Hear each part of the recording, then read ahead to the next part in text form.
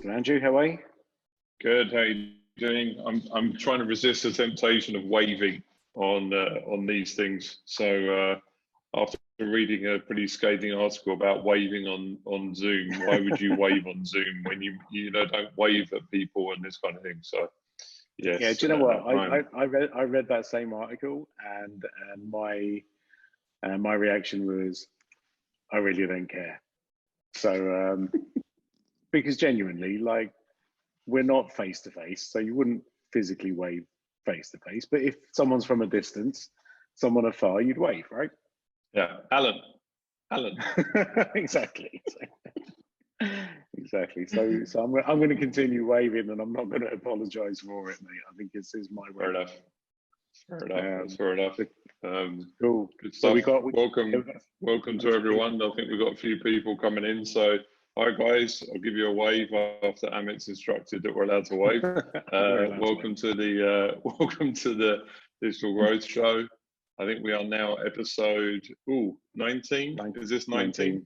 It is. No, 19. I wonder if that joke gets. Actually, no. I did get kind of universal kind of acceptance, although it was about 30 years ago, Andrew. So yeah. Well, you know me, very very relevant. My cultural references are very up to date. So you know it's very up to date. But yeah, no, welcome guys.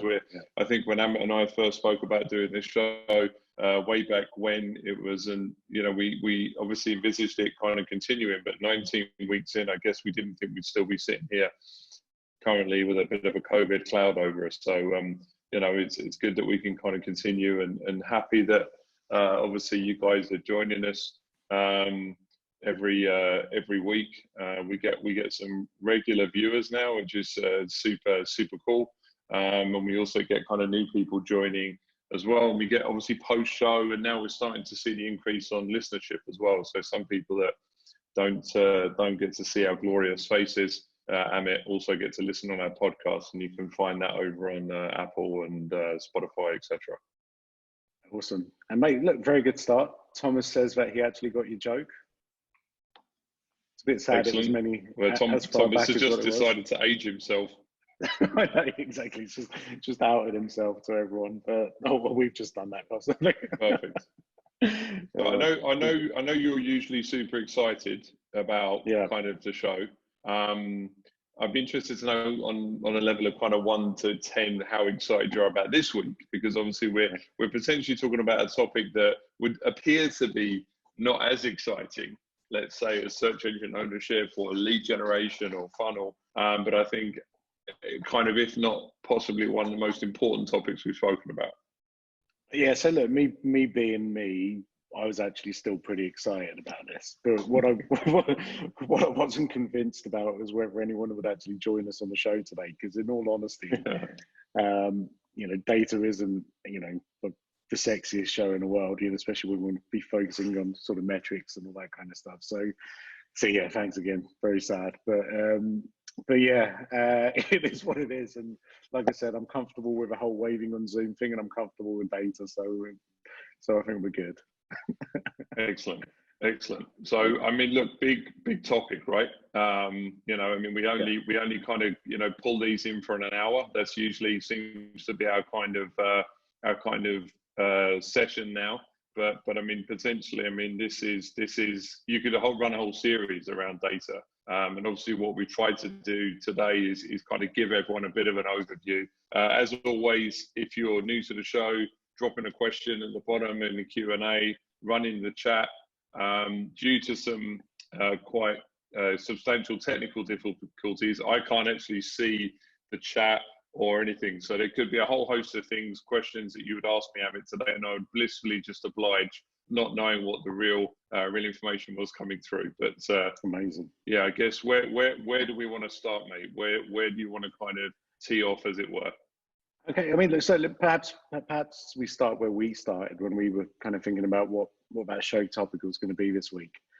And I think initially we played around with a kind of number of different ideas. But data and metrics is one of those things which we talk about in every meeting. everyone who comes and approaches us and says, look, we want to work with you guys, perhaps the first questions we ask are pretty much related to data and metrics and what's kind of being measured. But it's just something that we never really focus on from an actual conversational piece, right? It's always a byproduct of a conversation that happens. And I guess from that perspective, it's really important, but perhaps just gets overlooked. And I think, you know, from my experience, and I'd be really interested to hear yours, is, you know, when I'm speaking to people, when I'm asking them questions in the digital world, right? We're not going to ask, you know, too many things about balance sheets and P&Ls and stuff like that initially, but it would be when we are talking in that digital world, what we are, you know, the kind of answers we get to some of the questions are often pretty strange. And you'd almost kind of class strange as perhaps irrelevant at times. And that's where I thought, you know, it might make sense if we do kind of almost try to unify data, try to identify, you know, important metrics based on the different areas of digital marketing, and perhaps even guide people as to where they can access this data, right? So you don't, you know, often you don't need an agency for all of this stuff if you kind of know where to look, perhaps.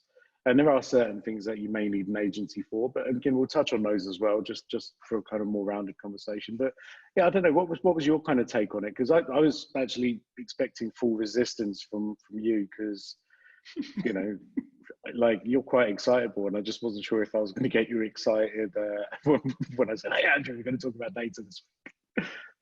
No, I think obviously, if we kind of go back and we say that 30 years ago, you know, the kind of cultural reference, you know, there wasn't a lot of data to talk about then. And if I go back kind of, let's say 20 years, when I kind of first started getting involved in digital space, there really wasn't a lot of data available to you. So you were using kind of traditional methods. When you're out there and you're being, you know, commercial, you were selling, you know, or marketing products and services for different people. There wasn't a lot of, I'd say, science. There was a lot of process, but there wasn't any kind of real metrics attached. And I think over the years, you know, in our space, from the kind of sales and marketing perspective, some of those numbers, you know, some of them were focused on and were not relevant. Others were ignored and were highly relevant. So I think if you go back to things like, you know, billboards that you see on the road, well, this number of cars drive past the billboard. Okay, cool. But they're watching the road, right? They're not watching the billboard. You know, magazines, newspapers, we've seen this kind of evolution of almost, I don't like, irrelevant data. You know, as far as, well, my magazine is distributed to this many people. Okay, but how many people are actually reading it? I mean, what do we actually know?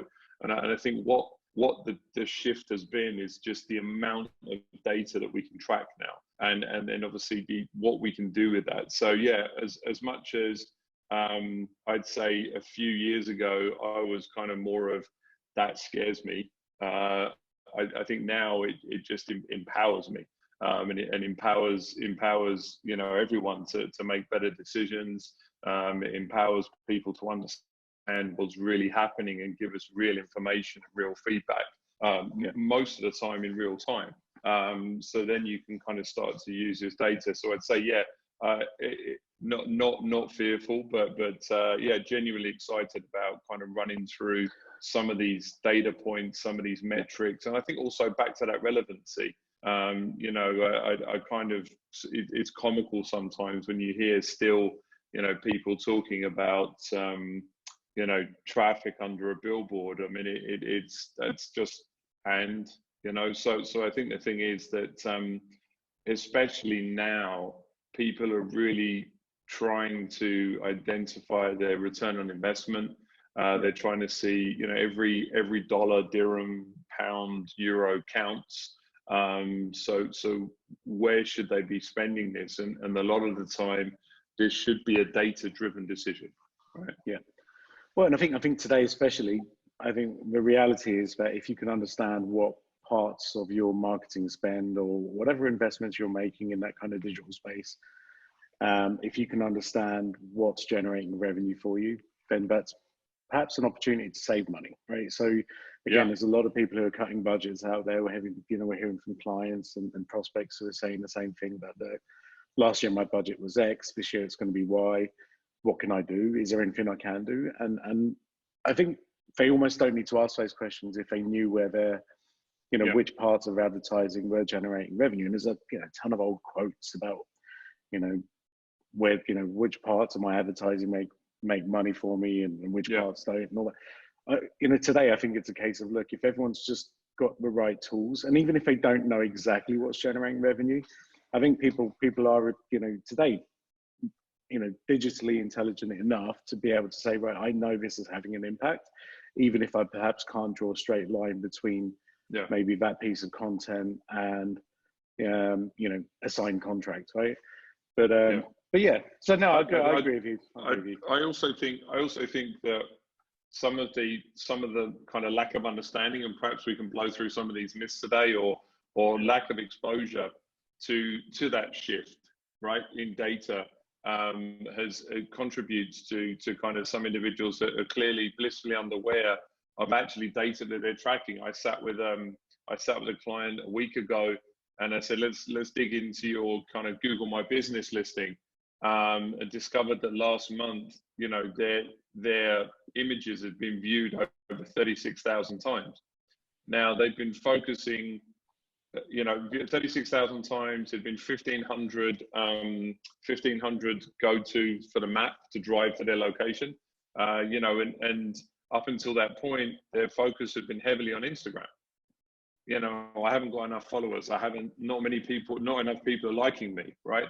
Not enough people are seeing this. And I'm like, 36,000 views on your images in Google. So I think also sometimes there's some misplaced faith in other numbers, because we spoke a bit about this last week, but it seems to be a growth show theme about the sexiness of things. Perhaps analytics associated to web traffic or engagement or time spent on site is just not as sexy as a like on Instagram. Yeah, no, I think you're right. I think you do kind of you hit the nail on the head there, but for sure. Andrew, should we crack on? Because so guys, look, just to give you a bit of context in terms of how we're going to play this out today.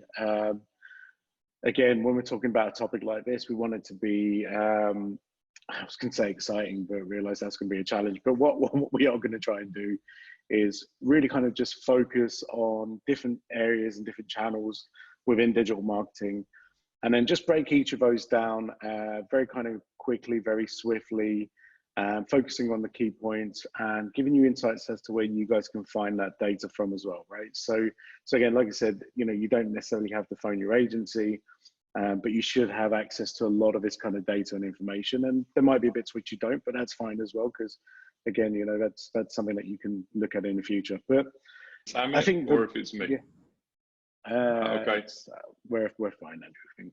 Okay. We're back. Perfect. Okay, cool. So let's start with, should we start with the website, right? So, again, one of the things that we say is, has got to be the foundation of everything you do digitally. It has to be your own website. It's an asset that you own.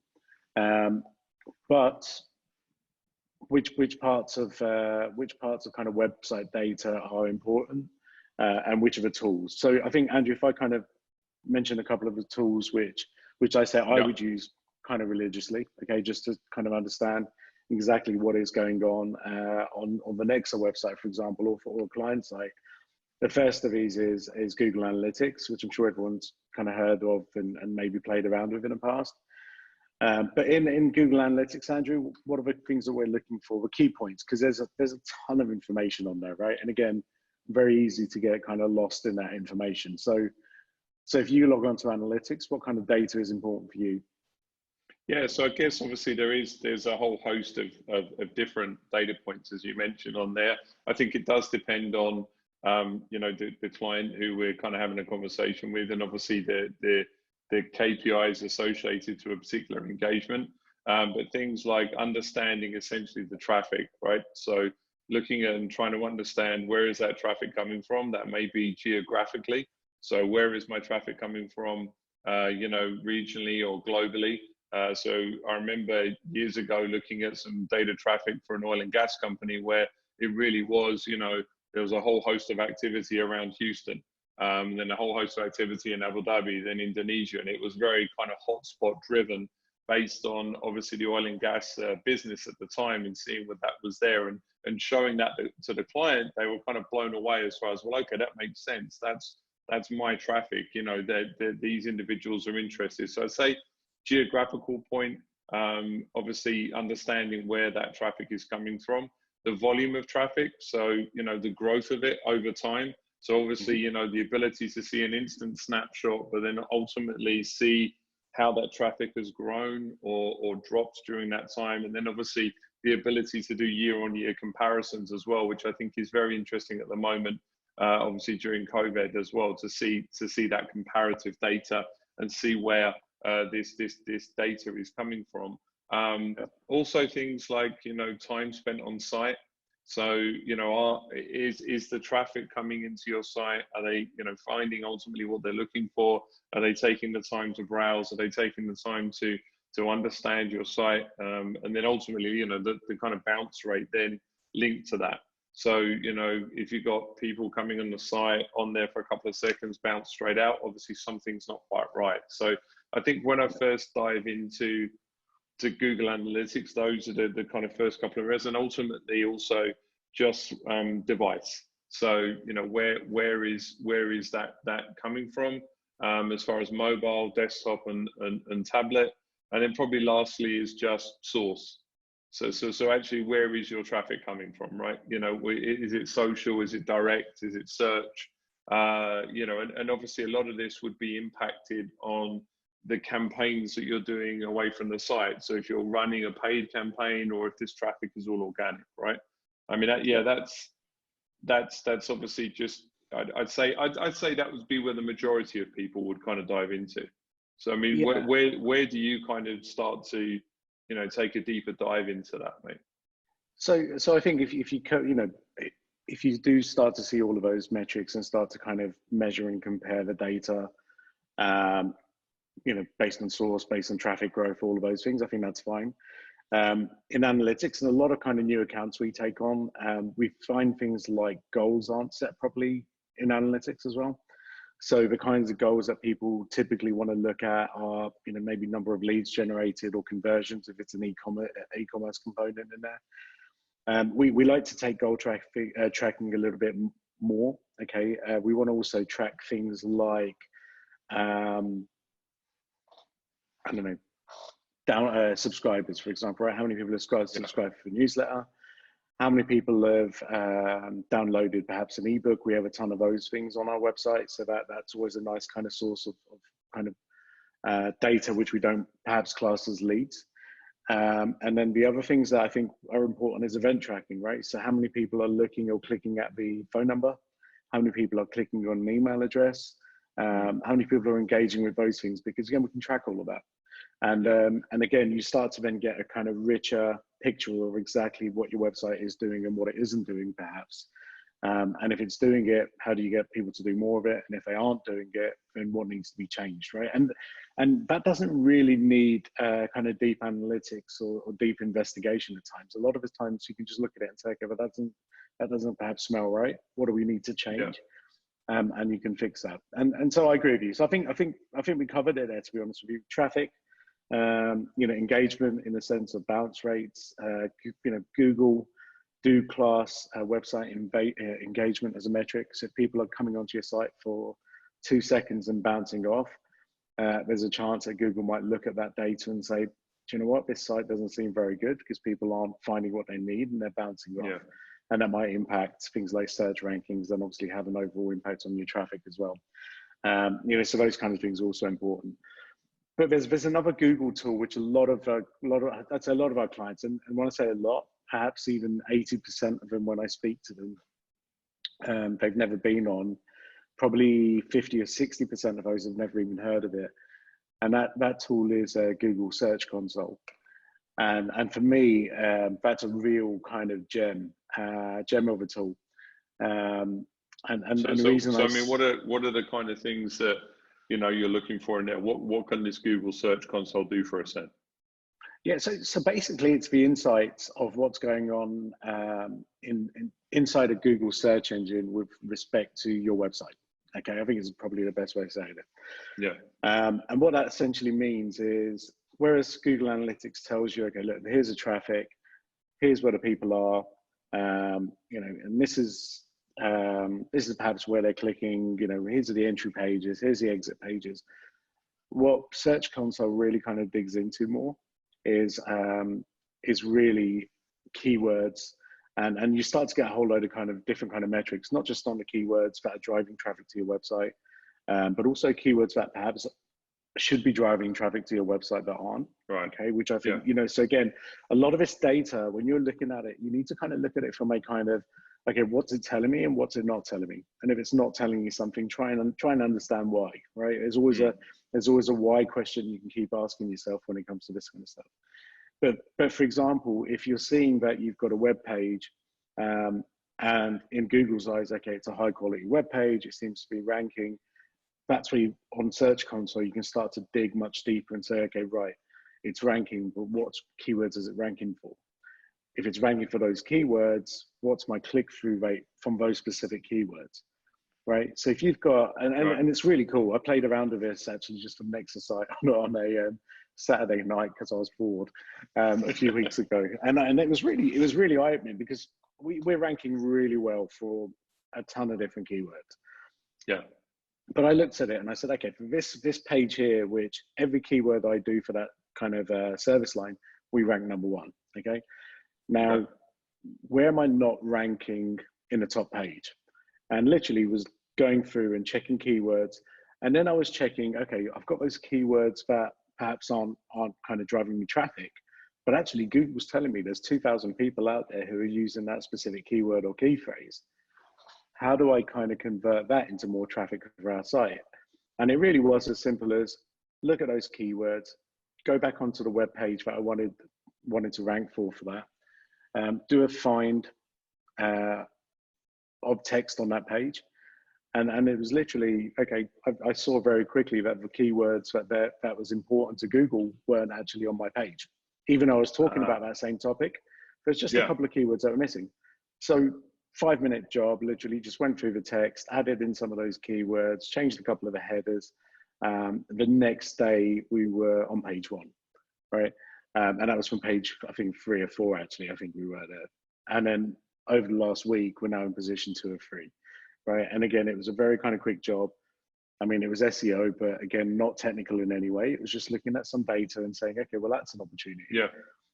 You know, and again, Search Console is just, it's a real kind of gem of a tool where actually you don't need much training, but if you did, and you wanted to kind of understand a little bit more about, okay, what do I need to do as a starter? There's so many, you know, YouTube videos and stuff like that. Yeah. It will just show you, hey, this is what's important, log in, this is how you look for keywords, this is how you can do this. And it works really well. And I think one of the other nice metrics that it gives is real kind of engagement on a per page basis. So if you do have, you know, a 200, 300 page website, I've seen somebody on there who I know has got who's watching the show today, who I know has got about 2,000 or 3,000 pages on their website. But again, you know, it's really important you understand actually the validity of each of those different pages, right? What's working, what isn't working, and you know, it just gives you a bit of a task list, or gives your team a task list in terms of, okay, let's look at that, let's tackle this strategically, and let's try and kind of, you know, generate more organic, you know, free traffic on the back of it. You know, again, it's a very kind of COVID recession friendly approach, but it works. So console, Search Console is kind of part of analytics. Once you've embedded analytics into your site, it's kind of available to use because it's tracking, yeah? Yeah. And I guess we should say that, I mean, it is quite frightening. It's not just the kind of the smaller organizations. I've kind of stepped into an enterprise level banking client that didn't have any Google Analytics on their site. And it was kind of like, you don't have Google Analytics, and the guy was laughing going, no, it's incredible, isn't it? So it's kind of, I think but it is very simplistic to a couple of lines of code. And then obviously once that's embedded on the site, you know, you can at least start to use these tools. Yeah. Yeah, absolutely. I think there's, so those, we obviously Google Analytics, Google Search Console, free tools. You should already have access to these if you've got analytics on your website. Honestly, play around with them, and I think once you kind of do start playing around with those, it's really interesting. There's a feature on Google Analytics where if you want to lose half an hour of your life, literally click on a real-time section and it will show you exactly what people are doing on your website right now, this second, where they're from, what pages they're on, and yeah, for geeks like me, only 30 minutes, it's fascinating. Yeah? Only 30 minutes. Yeah, so the best way of explaining that, I guess, is it's the TikTok for geeks, right? Brilliant. I think that makes sense. Yeah, you definitely need to work for Google Analytics marketing department for sure. So look, I think just we're going to move off websites in a second, but one area or one other tool that I kind of recommend you guys play around with, and I think you can do it from the free version, so again, doesn't cost any money. But HubSpot is really good for additional data and breaking down that data, so it's sometimes more digestible, manageable. So like I said, you might get lost in analytics or you might get lost in Search Console, but in HubSpot, they kind of almost do this automatically where they pull out the key metrics that are kind of really important, just so that it, again, focuses you on understanding what's important versus what's not, right?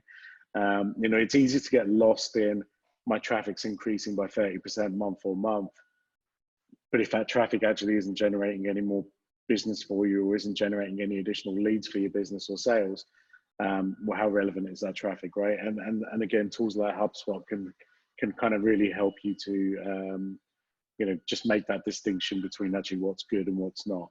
And the kind of stuff I look for in HubSpot is stuff like the leads, and not just leads as a whole, but leads by service, leads generated by web page. So actually which web pages are generating the most leads.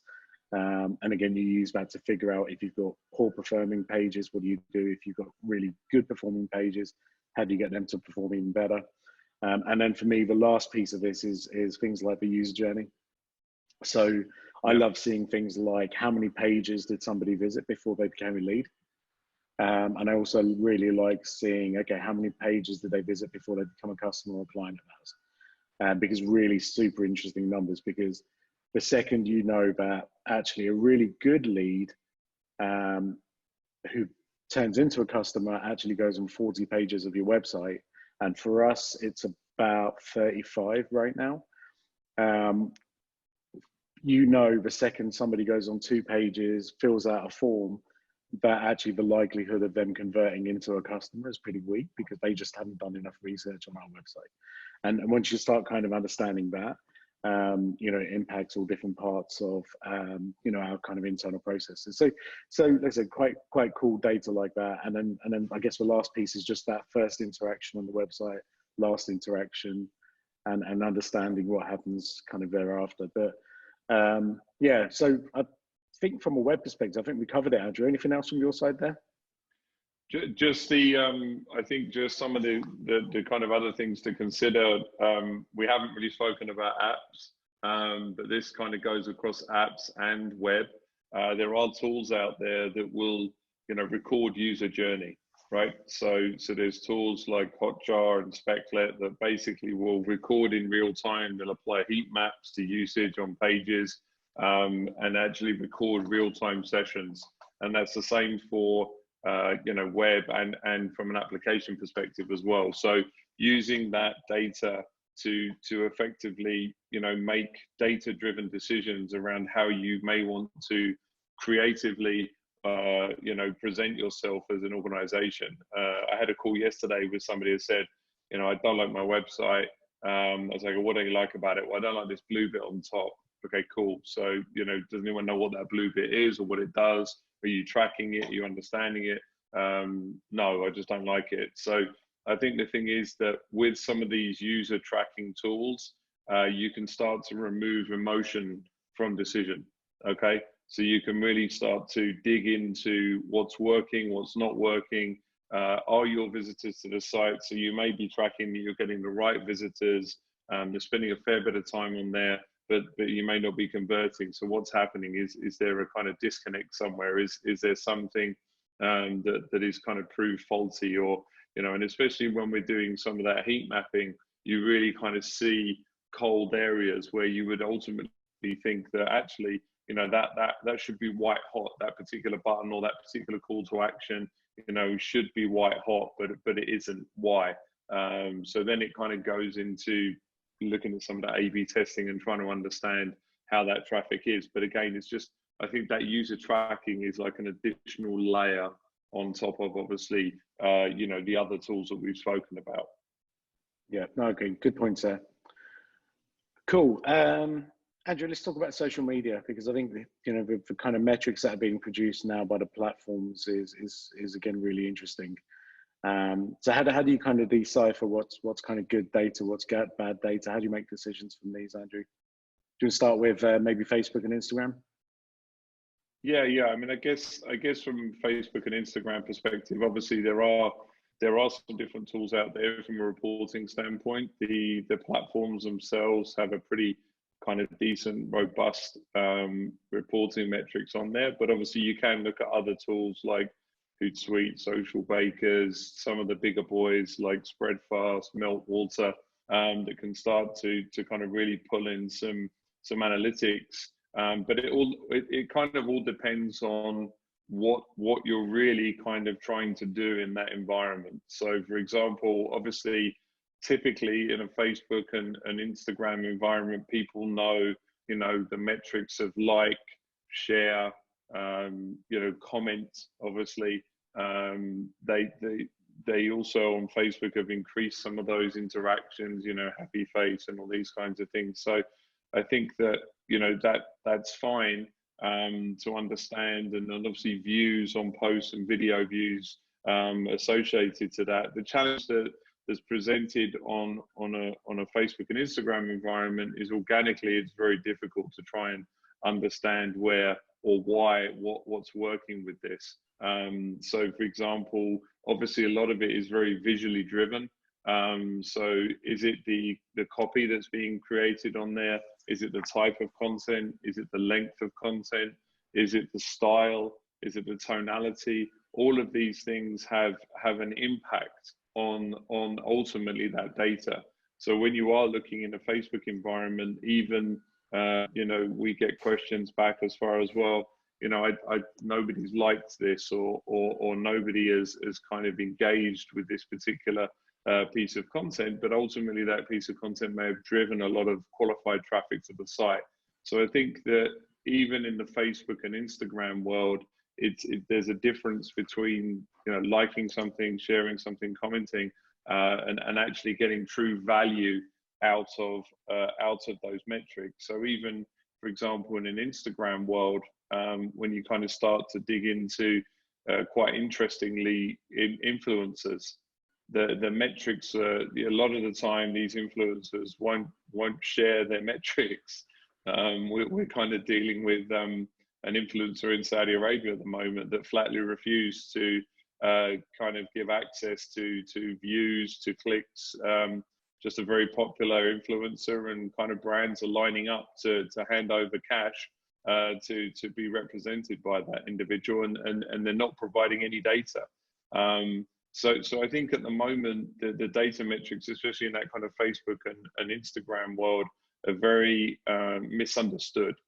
Okay, so in the sense, what does that data mean, and how does it translate to business? Now, obviously, organically, that's a challenge. When you're running ads across that platform, you are obviously able to dig into the data a bit more. So you may be running conversion ads, you may be running awareness ads, engagement ads, and ultimately they're delivering those to those specific audiences, so you can start to truly understand, obviously, what is working, right?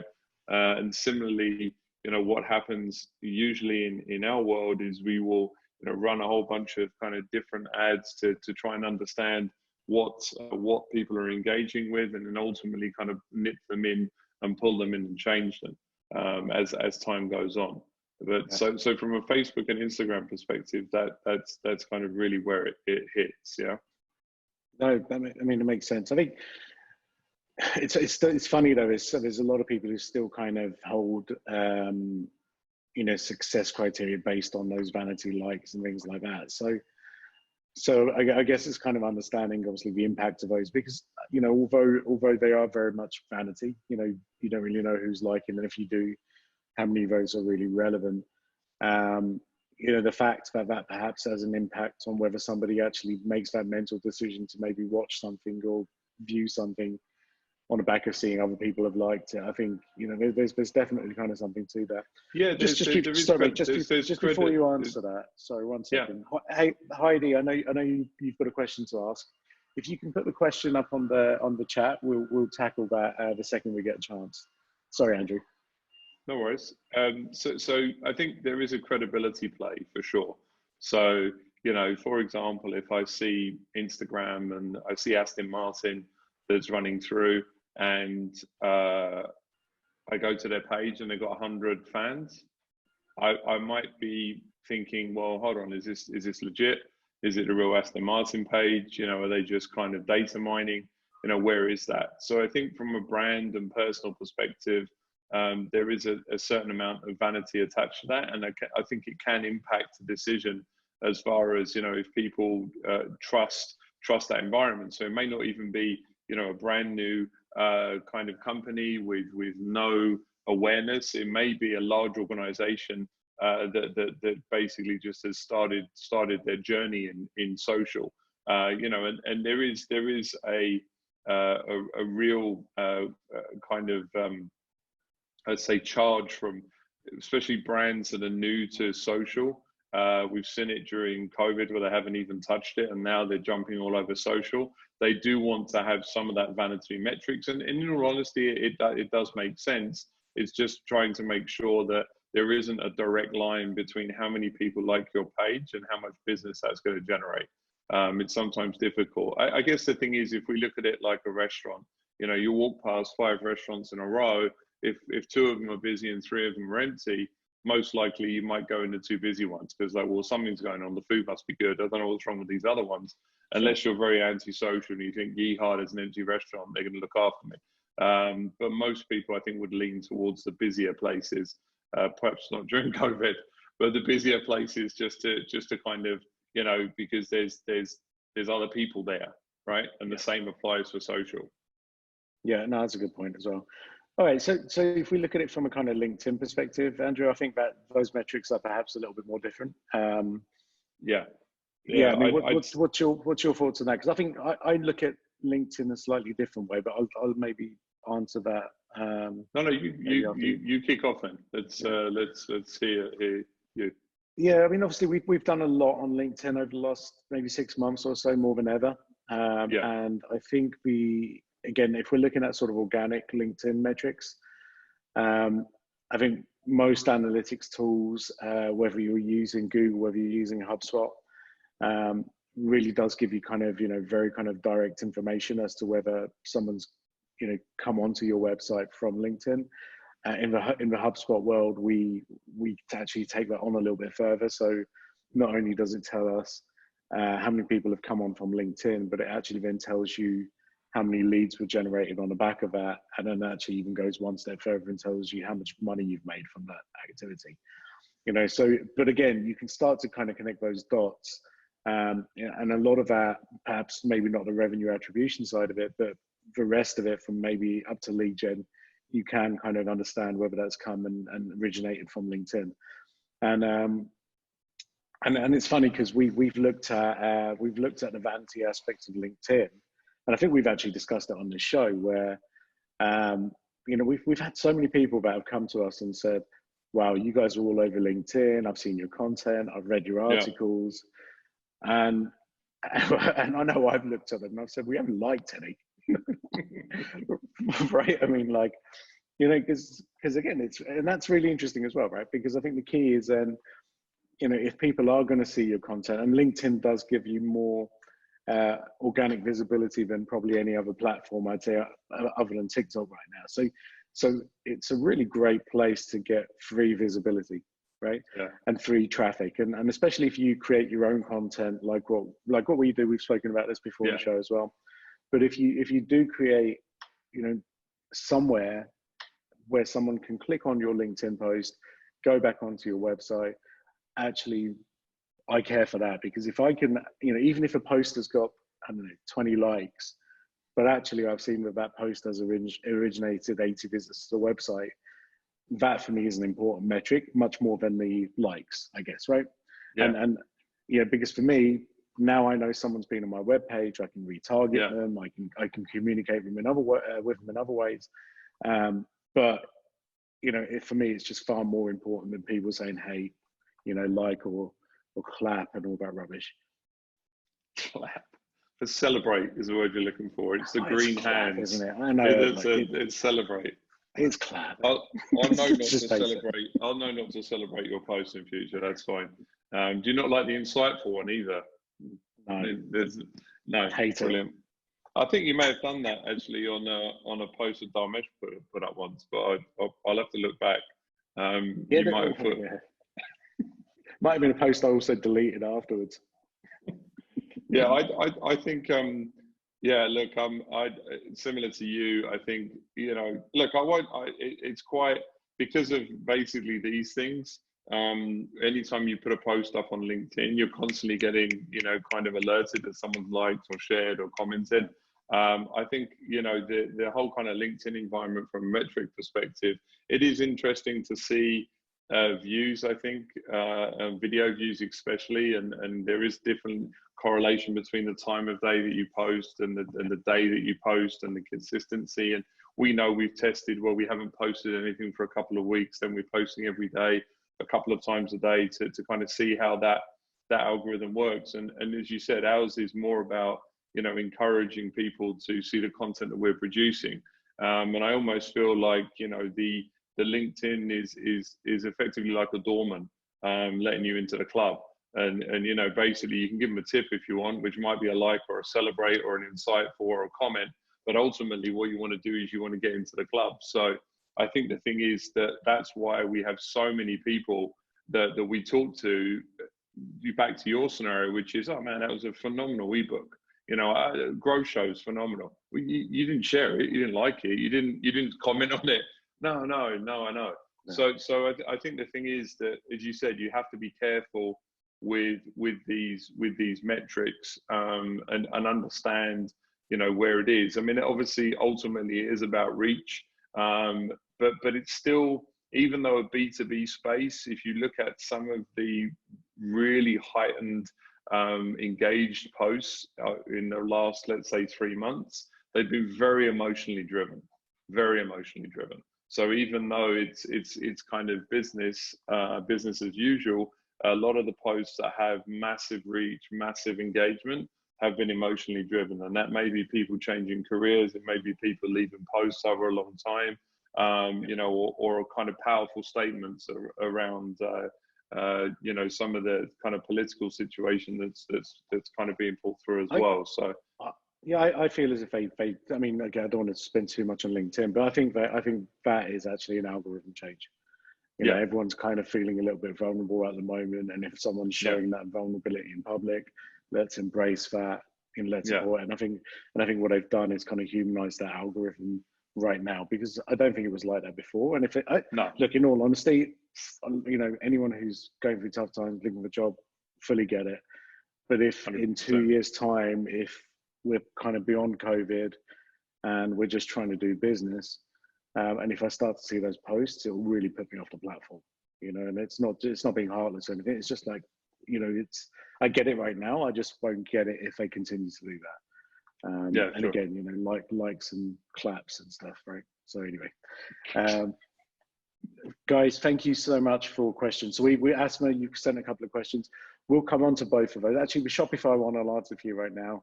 And Asma's question is, how would you view Shopify as a tool for e-commerce? Very quick answer. Absolutely love it. The analytics that you also get as part of that Shopify experience is fantastic. So again, some of these analytics and kind of key bits of data will be very helpful, and it will kind of maybe save a bit of time in going into some other tools as well.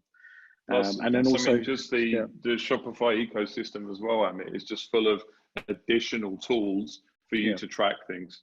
So things like cart abandonment and kind of, that user journey to cart, retargeting. There's the whole ecosystem of Shopify is very easy, very plug and play.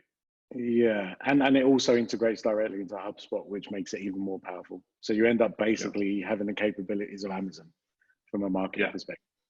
I think that's probably the best part of it. And Majir's asked a question as well, Andrew. So I think more kind of personal, but again, it's about kind of revenue and how can revenue kind of be generated to his e-commerce platform through social media during this kind of COVID time. So I don't know, maybe a minute on that, Andrew, just to help Majir out. Yeah, sure. I mean, I can't see the question. So is it mentioned the what product it is, or? Yeah, it's a boutique flower shop. Boutique flower shop. Okay. Yeah. I mean, I think look, from a social perspective, I guess the challenge still is that, generally speaking, people wouldn't necessarily go to Instagram to look for flowers. They may be inspired by it. They may be looking for hashtags, but they may not necessarily go in that space.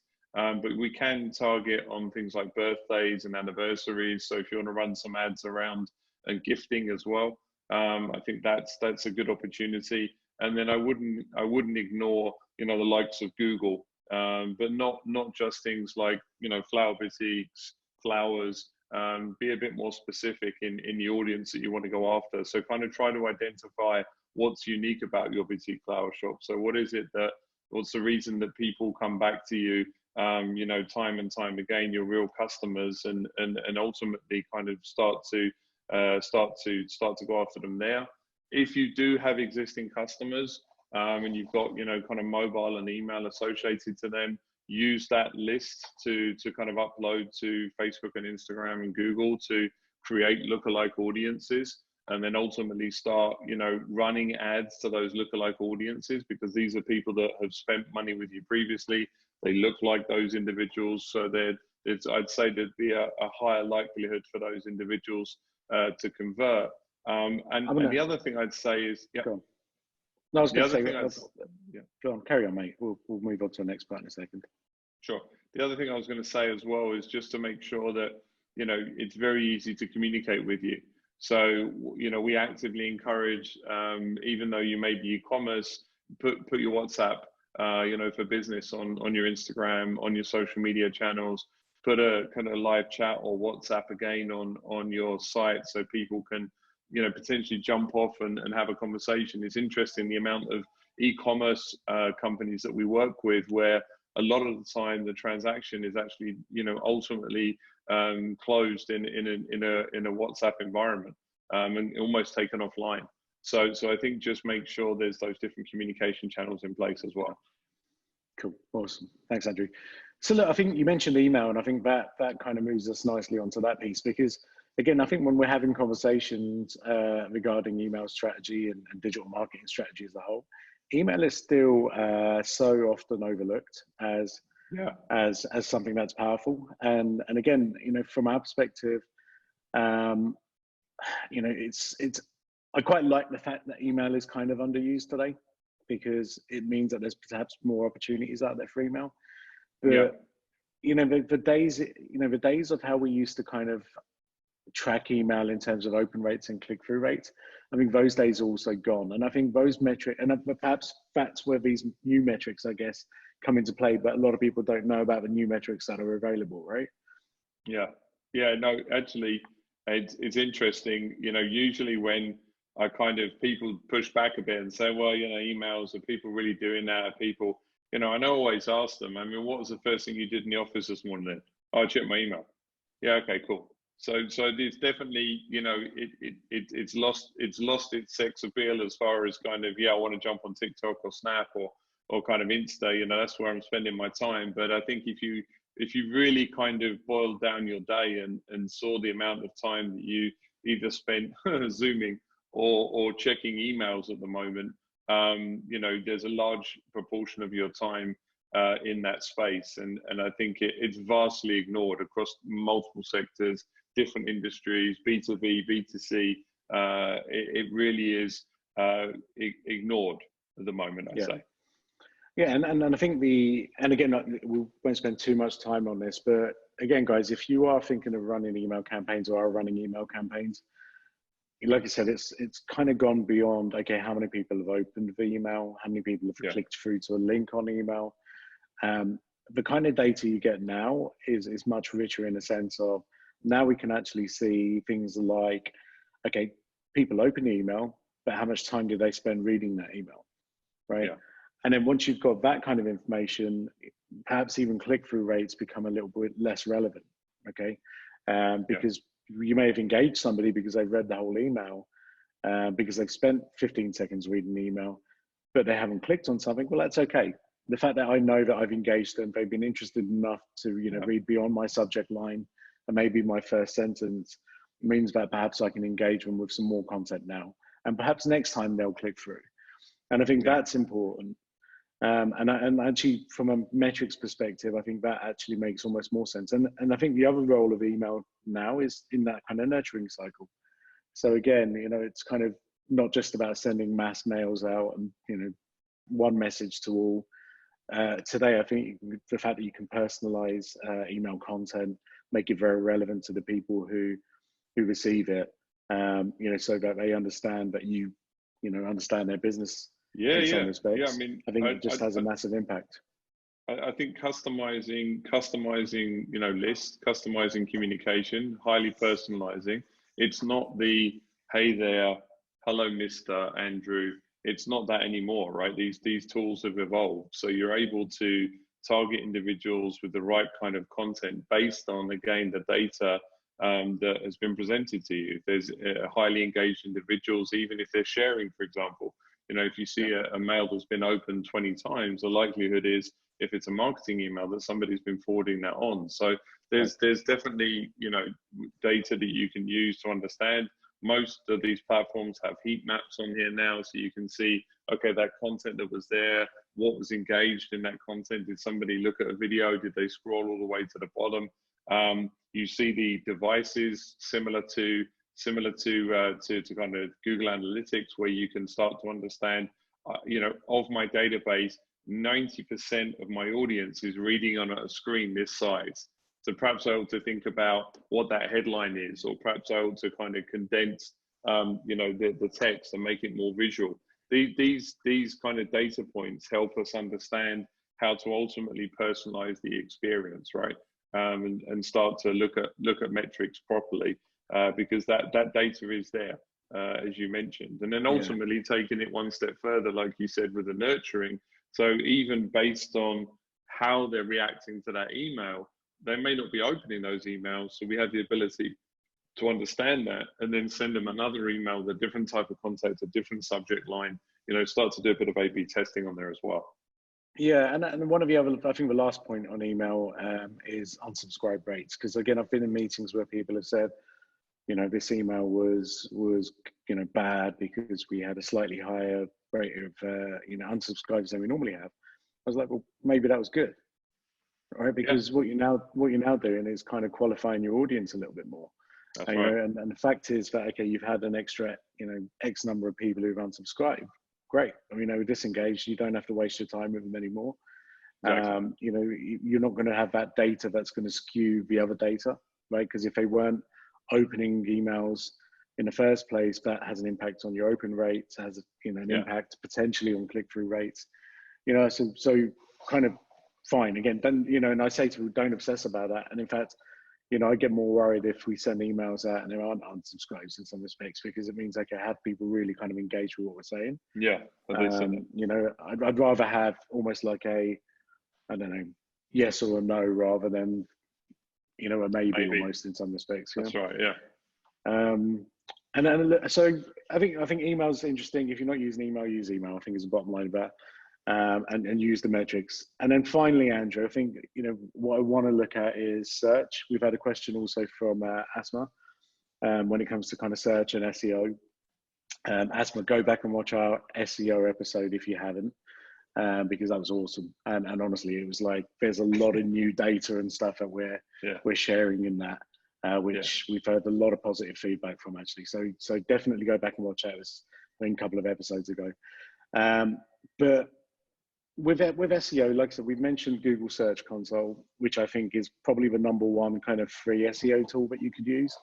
But there's a whole load of other stuff. The one that I like a lot is something called Ubersuggest, and it's by a guy called Neil Patel. And if you've done any kind of digital marketing searches in your life, you'd have come across this guy for sure.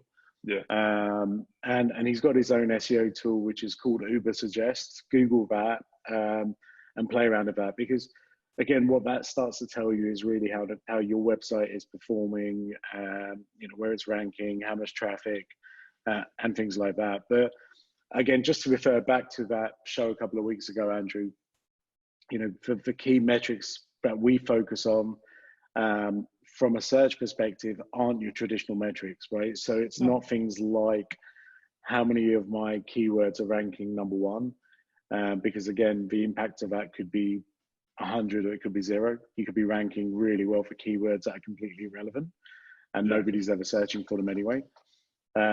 So we don't look at stuff like that. But what we focus on more, and again, I would urge all of you guys to focus on more, is things like search visibility. So how visible are you for all the different keywords in your industry that are relevant to your business? Right. So, and if that's 1,000 keywords, it's 1,000 keywords, but how visible are you?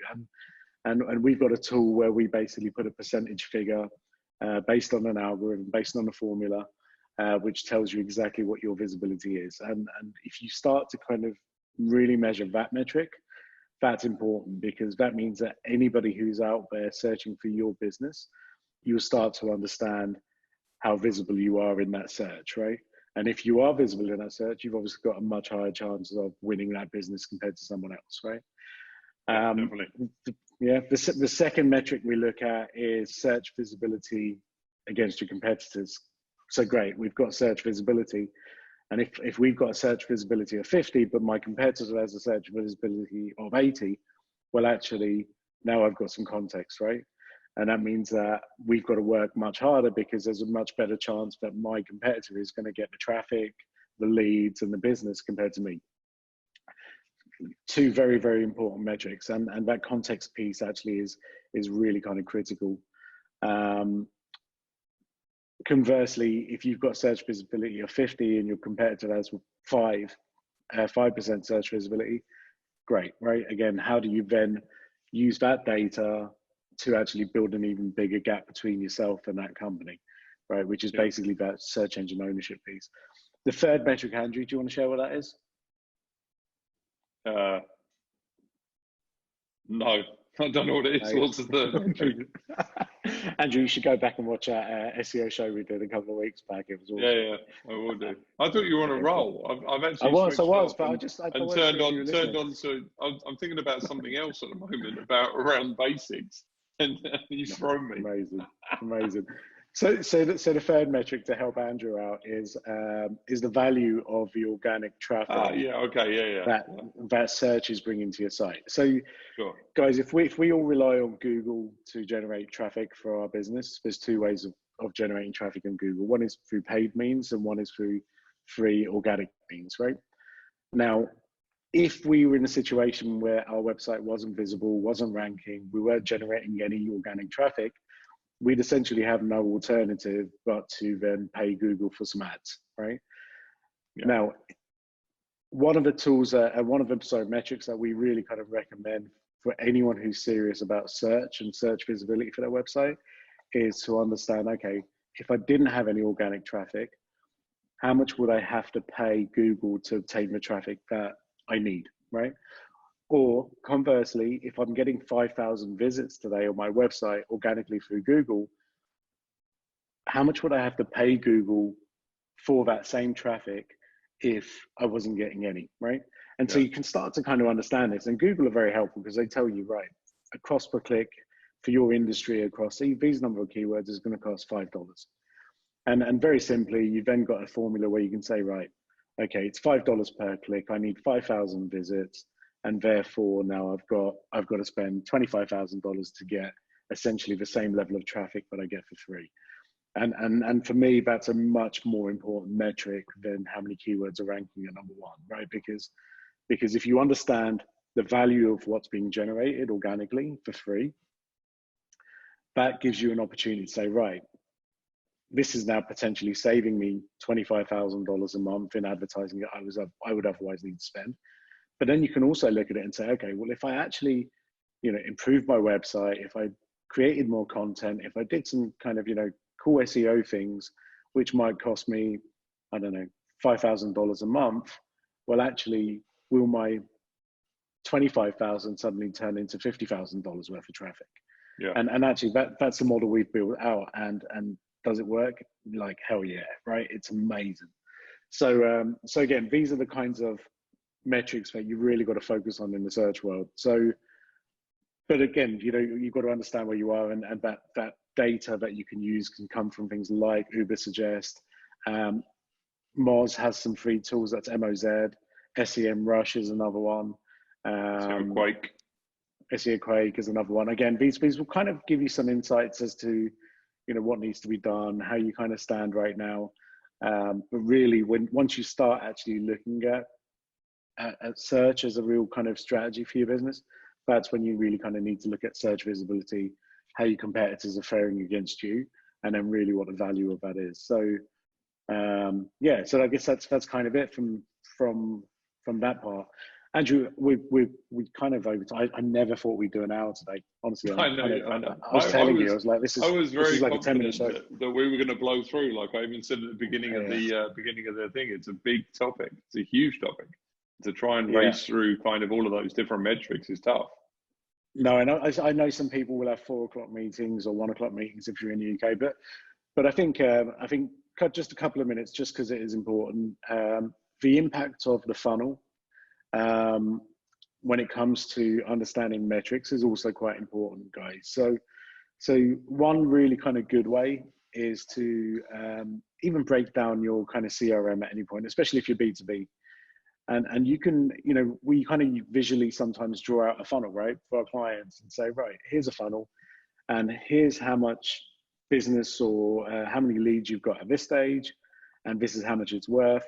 If you get it through to the next stage, this is what's currently there. And if you start to kind of apply some of these metrics back into that funnel, actually, if you've got to display or if you've got to present this data to anybody within your organization, it's much easier to kind of understand and sort of comprehend, right? And I think that's quite an important point. And then the last piece, I guess, Andrew, is kind of revenue attribution. Do you want to kind of talk about that for a second or two? Yeah, I mean, I think just before that, obviously, I mean, as far as that visual format, it's crucial to understanding. And what we've spoken about a lot of is kind of historical data and looking at data and what does it mean. But ultimately, when we talk about the funnel, we're talking about forecasting. So okay, I've done this to do X. What more do I need to do to get more of Y, right? So I think the thing is that piece is super important. Yeah, I mean, to kind of just, I guess, really kind of touch at the end here. We've obviously got some tools in place through Hubspot that allows us to kind of start looking at revenue attribution. So on the back of some of the activity that we've done, so that may be increased blogs, it may be this show, for example, it could be a podcast.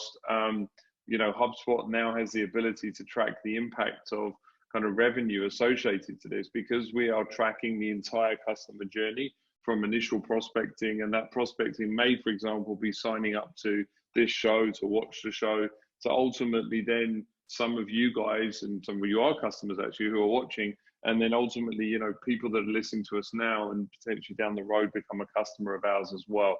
So I think that revenue attribution piece, I think, is relatively new in a simplified format. So previously, obviously, you were able to kind of dig into the numbers a bit and understand, well, okay, let's say, for example, we were tracking one of our blogs, which was generating revenue for us. How much does a website cost, right? For example.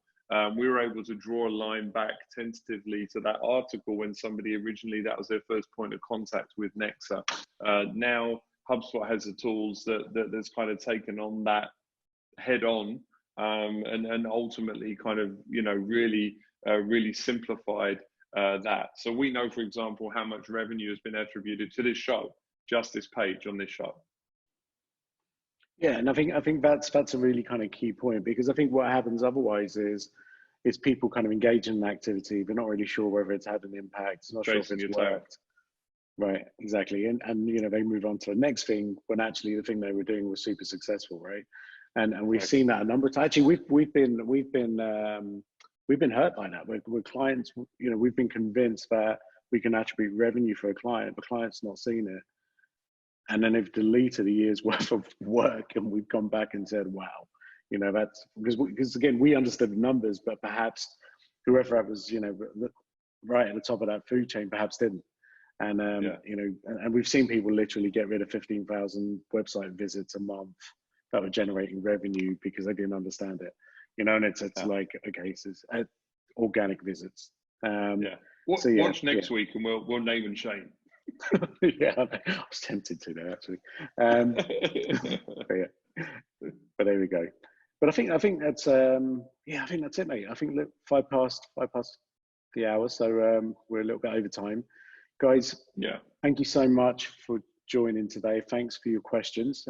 Andrew didn't see any of those questions, as you mentioned earlier, but I did, and I appreciate those coming in. Andrew, podcast, YouTube, do you want to kind of so we're up and running. We don't it's something actually we probably need to talk about a bit more, but we basically now we strip out the audio. We put this on Anchor, which gets distributed across Apple Podcasts and kind of all the other podcast networks. So you can just kind of, you know, look for that. It's the Digital Growth Show. So we're starting to see more people listening to that. If you don't get an opportunity to, and we're obviously now, we've started to upload all of the shows into YouTube as well. So if you want to catch that later, or you're watching it later, it's now on YouTube. If you're over there, give us a subscribe on kind of YouTube and Apple as well, or kind of Android. That'd be cool. But yeah, as always, if you want to reach out to us directly, Amit and I are there on LinkedIn, as we mentioned. That's kind of probably the most active platforms that we're on from a social perspective. You can jump on and have a conversation with us, or obviously, you know, head over to digitalnexa.com and kind of reach out to us directly. We'd be happy to have a chat with anyone. Yeah, awesome. Thank you, guys. Appreciate your time, and thanks for watching, and we'll catch you again next week. Yeah, thanks everyone. I'm going to give it a double wave, I think, today. A double wave. I'm going to wave, because waving's all right. Listen, if you guys came across that article where it said don't wave on Zoom, ignore it. We'll make sure you wave aggressively. Yeah, wave. All right, wave. It's fine. It's fine. See you later, guys. Have a good week. Bye.